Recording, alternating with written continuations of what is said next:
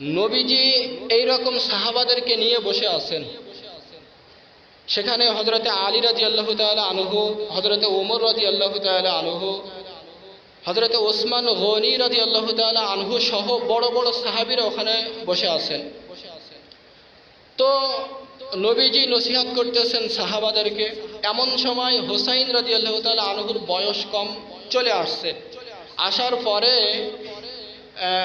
তার নানাকে থামিয়ে দিয়ে, বিশ্ব নবীকে থামাইয়ে দিয়ে হুসাইন বলতেছে, নানা আজকে আমি কথা বলবো, কারণ আমি হিসাব করে দেখলাম আপনার চেয়ে আমি বড়। তো এই কথা শুনে হযরত ওমর রাদিয়াল্লাহু তাআলা আনহু কিন্তু তেজি সাহাবী ছিলেন। তো উনি ঠাস করে একটা চড় মারলেন হুসাইনকে। তো হুসাইন ওইখান থেকে তার পিতা আলী রাদিয়াল্লাহু তাআলা আনহুর কোলে গিয়ে বসলেন। তো আলী রাদিয়াল্লাহু তাআলা আনহুও ধমক দিলেন যে কি বললি, নবীজি নবীজি করে পাগল হয়ে যাই আমরা, আর কেমনে তুমি বললে যে হিসাব করে কথা বলো, আমি নবীজির চেয়েও বড়। নবীজিকে বলতেছে যে নানা আমি তোমার চেয়ে বড়। তো ধমক দেওয়ার কারণে হুসাইন রাদিয়াল্লাহু তাআলা আনহু ওইখান থেকে নবীজির কোলে গিয়ে বসলেন। বসার পরে নবীজি বলতেছেন, ও হুসাইন, তুমি যদি আমাকে ঘরের মধ্যে বলতে যে ও নানা আমি তোমার চেয়ে বড়, তাহলে আমি এইটা মেনে নিতাম। কিন্তু তুমি ভরা মজলিসে বলছো ও হুসাইন যে তুমি আমার চেয়ে বড়, কিন্তু আমি তো হিসাব করে দেখতে পাচ্ছি আমি নবীদের নবী, আমি দুজাহানের সর্দার, তাহলে কেমনে হুসাইন তুমি বড় হও? হুসাইন রাদিয়াল্লাহু তাআলা আনহু এবার ডাক দিয়ে নানাকে বললেন, ও নানা বলো তো দেখি তোমার বাবার নাম কি? নবীজি বলেন, আমার বাবার নাম আব্দুল্লাহ। হুসাইন এবার বলে, ও নানা আগে পিছে তোমার পিতার কিন্তু কোনো টাইটেল নাই, কিন্তু আমার পিতা শেরে খোদা হযরতে আলী রাদিয়াল্লাহু তাআলা আনহু, তার নামের আগের টাইটেল হলো শেরে খোদা। সমস্ত কাফের বেঈমান মুশরিক কিন্তু আমার পিতাকে ভয় পায়, তার নামের শেষের টাইটেল হলো আলী রাদিয়াল্লাহু তাআলা আনহু। তোমার বাপের কোনো টাইটেল কিন্তু নেই, কিন্তু আমার বাপের শুরুতে একটা টাইটেল, শেষে আরেকটা টাইটেল। ও নানা জান তুমি এবার বলো তোমার পিতা বড় নাকি আমার পিতা বড়? নবীজি বলতেছে, হ্যাঁ তাই তো, এরকম করে তো কোনোদিন ভেবে দেখিনি যে আমার পিতা বড় নাকি হুসাইন রাদিয়াল্লাহু তাআলা আনহুর পিতা বড়। আলী জান্নাতের সার্টিফিকেট পেয়ে কিন্তু দুনিয়া থেকে চলে গিয়েছে, কিন্তু আমাদের নবীজির পিতা আব্দুল্লাহ কিন্তু জান্নাতের সার্টিফিকেট পায়নি।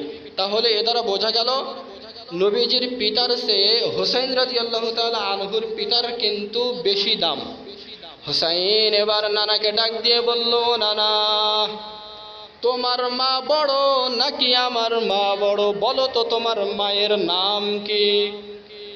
নবীজি বললেন, আমার মায়ের নাম হলো আমেনা। হুসাইন রাদিয়াল্লাহু তাআলা আনহু ডাক দিয়ে বললেন, ও নানা তোমার মায়ের সামনে পিছে কোনো টাইটেল নাই, কিন্তু আমার মায়ের নামের পিছনে টাইটেল আছে ওয়াসাইয়্যিদাতুন নিসাই আহলিল জান্নাহ। আমার মা কিয়ামতের ওই ময়দানে জান্নাতি সরদারিনী নারীদের নেত্রী হবে। হিসাব করে দেখে নবীজি, তাই তো, আমার মা তো এত দামি না, কিন্তু মা ফাতেমা রাদিয়াল্লাহু তাআলা আনহু কিন্তু জান্নাতি নারীদের সরদারিনী নেত্রী হবেন। নবীজি এটা শুনে চুপ হয়ে গেলেন। তেজি হযরত ওমর রাদিয়াল্লাহু তাআলা আনহু চুপ হয়ে গেলেন যে হুসাইন বলে কি, ছোট মানুষে বলে কি। হুসাইন এবার ডাক দিয়ে বলে, ও নানা বলো তো তোমার নানির নাম কি? নবীজি বলেন, আমার নানির নাম হলো হাররা বিনতে হুজ্জা ইজ্জা। হুসাইন এবার ডাক দিয়ে বলেন, ও নানা জান তোমার নানিকে কিন্তু কেউ চেনে না, কিন্তু আমার নানিকে এমন একটি মহিলা, আমার নানিকে স্বয়ং আল্লাহ তাআলা আরশের ওপর থেকে খাদিজা এমন একটি মহিলা, আল্লাহ তাআলা নিজে স্বয়ং আরশের ওপর থেকে সালাম দান করেছিলেন। খাদিজাতুল কুবরা নবীজি এত ভালোবাসতেন, নবীজি খাদিজাতুল কুবরাকে। আল্লাহু আকবার। মক্কার জীবনে যে সময় নবীজিকে সবাই অবহেলা করত, খাদিজাতুল কুবরা রাদিয়াল্লাহু তাআলা আনহু কিন্তু নবীজিকে বাসস্থান করে দিয়েছিলেন, বসবাসের স্থান করে দিয়েছিলেন। যে সময় খাদিজা রাদিয়াল্লাহু তাআলা আনহু মারা যায়, সে সময় কিন্তু নবীজি নিজে গোসল করিয়ে কাফন পরায়ে কবরের ভিতরে দিয়ে আসছে। দেওয়ার পরে সকল সাহাবী চলে আসছে, কিন্তু নবীজি ওইখানে দাঁড়িয়ে আছে। বলতে হযরত আবু বকর রাদিয়াল্লাহু তাআলা আনহু বলতেছে, কি নবীজি বাড়িতে চলেন? তো নবীজি বললেন, হে আবু বকর, যে সময় সকলেকে আমাকে পাগল বলতো, তাড়িয়ে দিত, এই খাদিজা আমাকে অবহেলা করেনি। তার জিন্দেগির যত সম্পদ আছে এই সম্পদ আমার জন্য উজাড় করে দিয়েছে। জিবরাইল আলাইহিস সালাতু ওয়াস সালামের মাধ্যমে নবীজিকে জানিয়ে দিলেন, আমার বন্ধুকে বলো ওইখান থেকে চলে দিতে, কারণ খাদিজা আমার কাছে এমন প্রিয় বান্দি যে আমি নিজে আল্লাহ তাআলা আরশে আজিম থেকে খাদিজার কবরের সওয়ালের জবাব দিয়ে দিয়েছি। এবার হোসাইন ডাক দিয়ে বলল, নানা কি হলো এবার? তোমার নানি বড় নাকি আমার নানি বড়? তোমার নানিকে তো গোটা বিশ্বের মুসলমান চেনে না, কিন্তু আমার নানি খাদিজাতুল কুবরা রাদিয়াল্লাহু তাআলা আনহাকে গোটা বিশ্বের মুসলমান সকলেই চেনে। নবীজি হতভম্ব হয়ে চুপ হয়ে গেলেন। কি বলবে, কিছু তো বলার নাই। হোসাইন ছোট্ট মানুষ, বলে কি? ঠিকই তো বলেছিল। এবার হোসাইন রাদিয়াল্লাহু তাআলা আনহু বললেন, ও নানা, তোমার নানার নাম কি? নবীজি বলেন, আমার নানার নাম হলো ওয়াহাব ইবনে আব্দুল। হোসাইন রাদিয়াল্লাহু তাআলা আনহু বলেন, তোমার নানার নাম অনেকে জানে, অনেকেই জানে আবার জানে না। তো এইটা দাঁড়ায় যে নবীজির নানার নাম কেউ জানে না।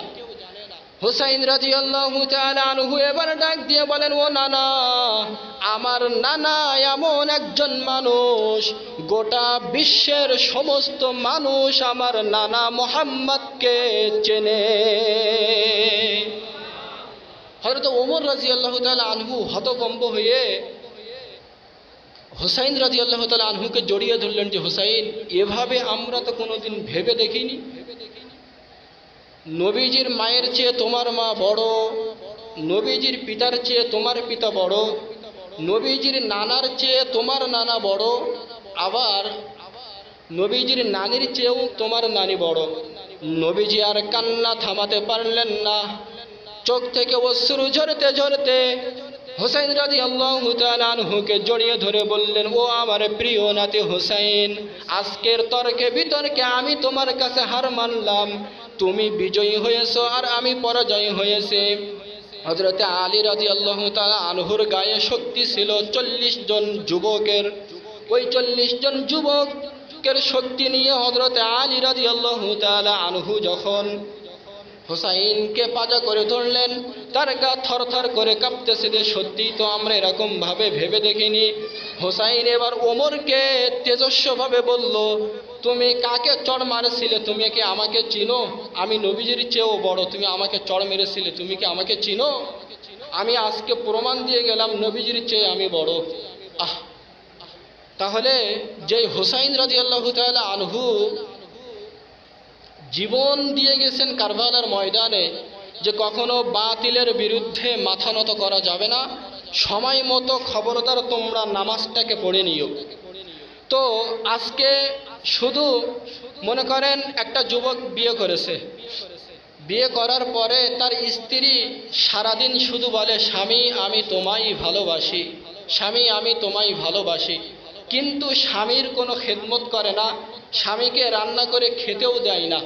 তাহলে প্রকৃত পক্ষে কি ওই স্ত্রী স্বামীকে ভালোবাসে? বাসে না।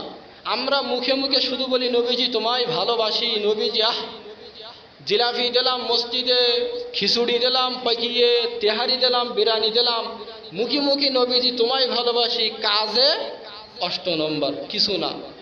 এই রকম ভালোবাসলে তো হবে না। নবীজির সুন্নাতকে অনুসরণ করতে